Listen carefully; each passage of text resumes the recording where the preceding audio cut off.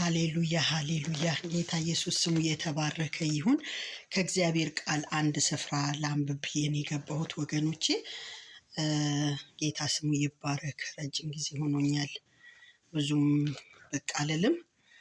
አሁን እስቲ እግዚአብሔር መልካም ነው። ጌታ ሁል ጊዜ መንገድ አለውና ጌታ ስሙ ይባረክ። የእግዚአብሔር ጊዜ ሲደርስ ደግሞ ብቅ እንላለን። እስቲ ልጸልይና እግዚአብሔር አባት ሆይ እናመሰግንሃለን። ስለዚህ ሰዓትና ጊዜ ስም ይባረክ። ቅዱሱ እግዚአብሔር አንተ ከኛ ጋር ስላለህ እናመሰግንሃለን። በቃልህ ተናገረን፣ ቃልህን ደግሞ አንተ በልባችን ላይ አትመልን። መንፈስ ቅዱስ ይህ ቃል ደግሞ ጌታ እግዚአብሔር ወደ ውስጣችን ገብቶ ጌታ ሆይ በሕይወታችን ላይ ጌታ እግዚአብሔር ኃይልን፣ ብርታትን፣ ጥንካሬን እንዲሰጠን በኢየሱስ ስም ስንል እንጸልያለን። አባት ወይ ሁሉን ታደርግ ዘንድ ቻይና ሐሳብህ የሚከለከል ዘንድ ከቶ እንደማይቻል አወቀው ብሎ ኢዮብ እንደተናገረው በእውነት ጌታ እግዚአብሔር አንተ ሁሉም ማድረግ የምትችል አምላክ ነህ። በእኛ ውስጥ ጌታ እግዚአብሔር ለእኛ የሚያስፈልገንን ነገር አንተ ታውቃለህ። ስለ ሁሉ እናከብርሃለን፣ እናመሰግንሃለን። አብሮነት ከኛ ጋር ይሁን በናዝሬቱ በኢየሱስ ስም አሜን። ወገኖቼ ዛሬ ላነብ የፈለግኩት መዝሙረ ዳዊት ምዕራፍ 1 ነው። ጌታ ስሙ የተባረከ ይሁን። በዚህ ምዕራፍ ላይ የእግዚአብሔር ቃል የሚለውን እንነጋገራለን። ያው ቃሉን አንብቤ ልውጣ ብዬ ነው፣ ማለትም ሰዓትም ስለሄደ መሽቷል። በጌታ በኢየሱስ ክርስቶስ ስም ምዕራፍ 1 ከቁጥር 1 ጀምሬ ነው ማነበው። ምስጉን ነው በክፉዎች ምክር ያልሄደ፣ በኃጢአተኞችም መንገድ ያልቆመ፣ በዋዘኞችም ወንበር ያልተቀመጠ፣ ነገር ግን በእግዚአብሔር ሕግ ደስ ይለዋል፣ ሕጉም በቀንና በሌሊት ያስባል። እርሱም በውሃ ፈሳሾች ዳር እንደተተከለች ፍሬዋንም በየጊዜው እንደምትሰጥ ቅጠልዋም እንደማይረግፍ ዛፍ ይሆናል። የሚሰራውም ሁሉ ይከናወንለታል። ሃሌሉያ። ክፉዎች እንዲህ አይደሉም፣ ነገር ግን ነፋስ ጠርጎ እንደሚወስደው ትቢያ ናቸው። ስለዚህ ክፉዎች በፍርድ ኃጢአተኞችም በጻድቃን ማህበር አይቆሙም። ሃሌሉያ። እግዚአብሔር የጻድቃንን መንገድ ያውቃልና የክፉዎች መንገድ ግን ትጠፋለች ይላል የእግዚአብሔር ቃል። ጌታ ስሙ ይባረክ። ወገኖቼ በዚህ ስፍራ ላይ የእግዚአብሔር ቃል እንደሚናገረው በቃ በክፉዎች ምክር ያልሄደ ሰው ምስጉን እንደሆነ ቃሉ ይነግረናል። የእግዚአብሔር ስም ብሩክ ይሁን።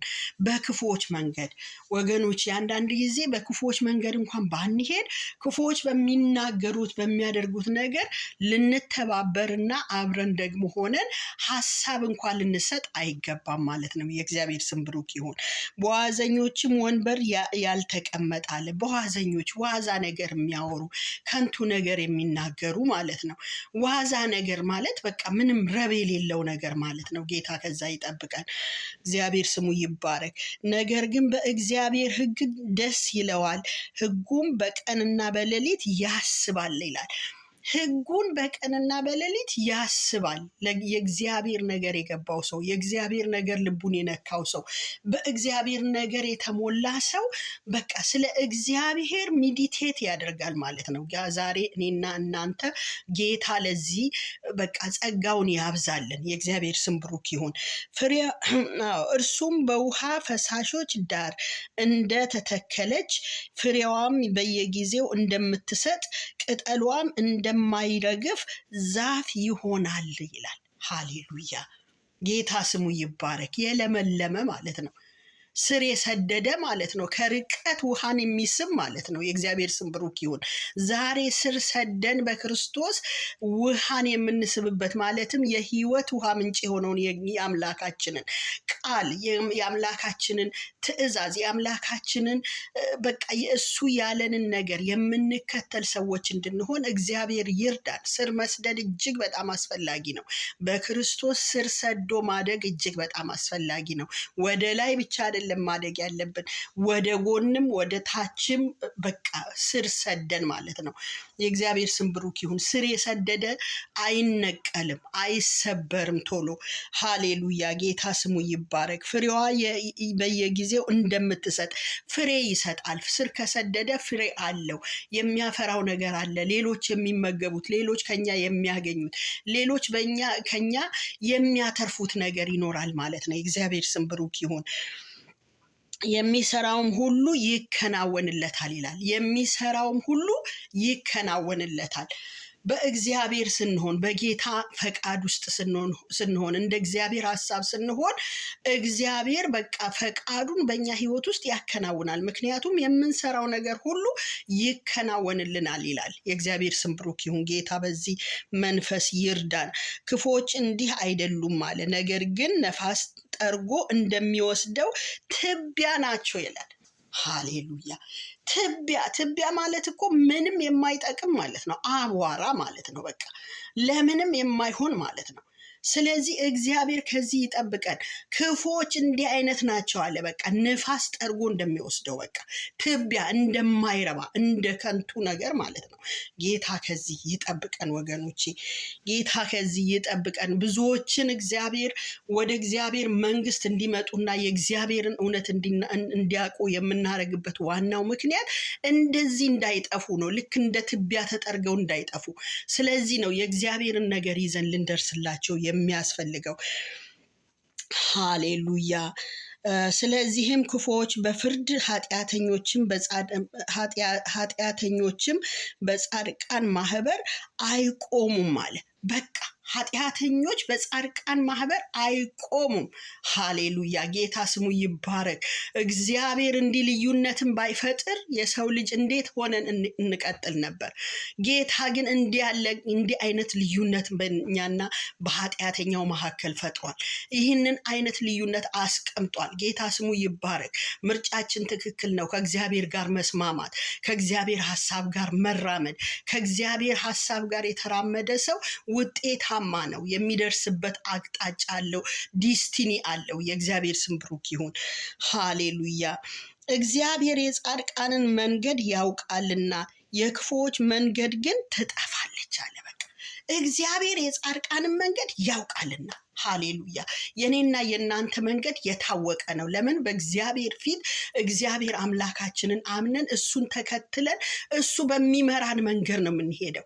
ክፉዎች ግን ያንን መንገድ ስለማይከተሉ፣ ያንን መንገድ ስለማይፈልጉ፣ ሃሌሉያ! ኢየሱስ ጌታ ነው።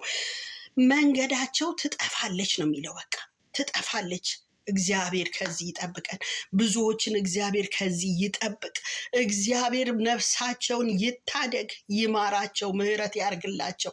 ወገኖቼ ስንቶቻችን ስለሌሎች እንጸልያለን?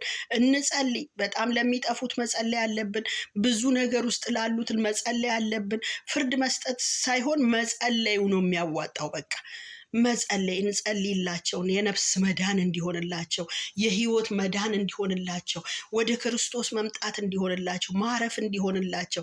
በመከራ ውስጥ እንኳን ብናልፍ እኮ እኛ የምንጽናናበት አለን። እኛ በቃ የምንደገፈው አለን፣ አለት አለን፣ የምንሸሸግበት አለን፣ የምንሸሽበት አለን።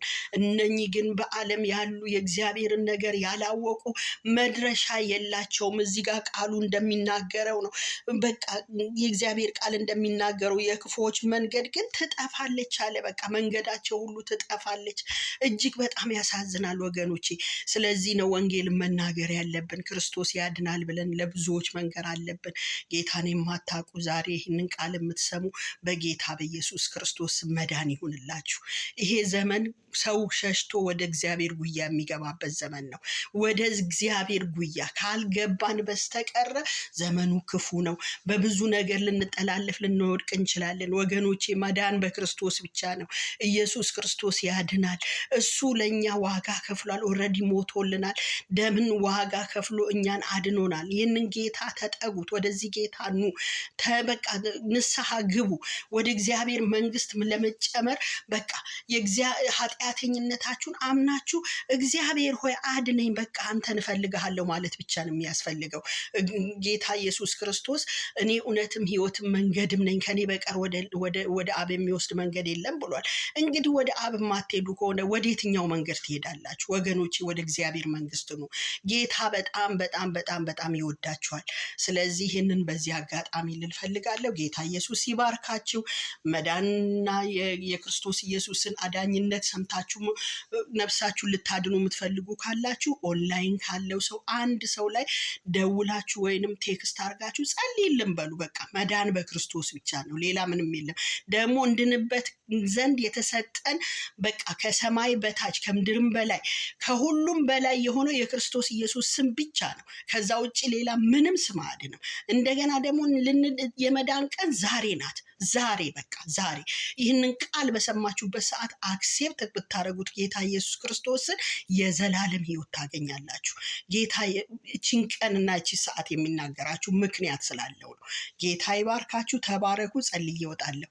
እግዚአብሔር ሆይ አመሰግንሃለሁ። ከኛ ጋር ስለነበርክ ስም ይባረክ። ቅዱሱ እግዚአብሔር አባ ለአንዲት ነፍስ እንኳ ጌታ እግዚአብሔር አባ ዛሬ ጌታ እግዚአብሔር እንለምንሃለን የአንድ ነፍስ መዳን ቀን እንዲሆን በጌታ በኢየሱስ ስም እኔ ጸለይኩ። ጌታ እግዚአብሔር ለሰዎች ልብ አንተ ተናገር፣ ልባቸውን ጌታ እግዚአብሔር ውረስ፣ መንፈሳቸውን አንተ ግዛ። ስለ ሁሉ እናመሰግንሃለን እግዚአብሔር ሆይ ወደ ቤት ስለምታፈልሳቸው ጌታ እግዚአብሔር ስም እየተባረከ ይሁን። ከቃል የተነሳ ጌታ ሆይ እጆቻቸውን አንስተው ወደ አንተ ስለሚመጡ ይህ ደግሞ ጌታ እግዚአብሔር የመዳን ቀን ዛሬ ስለሆነ ይህ ቃል በልባቸው ላይ እንዲታተም በኢየሱስ ስም እኔ ጸለይኩኝ። ስለ ሁሉ አከብርሃለሁ፣ አመሰግንሃለሁ። በናዝሬቱ በኢየሱስ ስም ስትል ስማን። አሜን። ሃሌ